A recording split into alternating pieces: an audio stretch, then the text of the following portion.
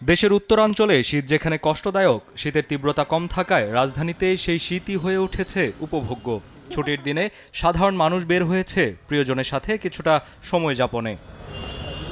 পরিবার নিয়ে ঘুরতে বের হয়েছেন রাজধানীর বিভিন্ন উন্মুক্ত স্থান ও পার্কগুলোতে। তারা বলছেন, শীতের তীব্রতা থাকলেও এই কুয়াশাচ্ছন্ন আবহাওয়াকে বেশ উপভোগ করছেন। বড়দের সাথে শীত উপভোগে মেতেছে শিশুরাও। স্কুলের চাপ না থাকায় তাদের এই আনন্দে মাত্রা যোগ হয়েছে কয়েক গুণ।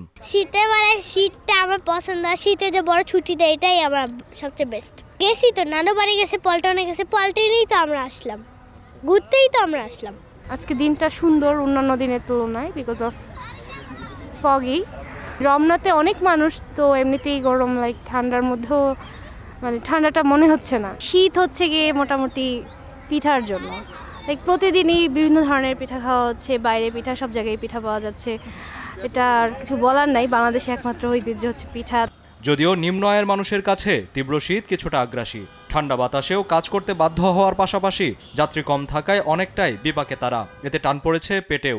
একটু খারাপ লাগতেছে, হতে ঠান্ডার ভিতরে হাত পা ব্যথা করে, ওই গাড়ি টানতে কষ্ট হয়।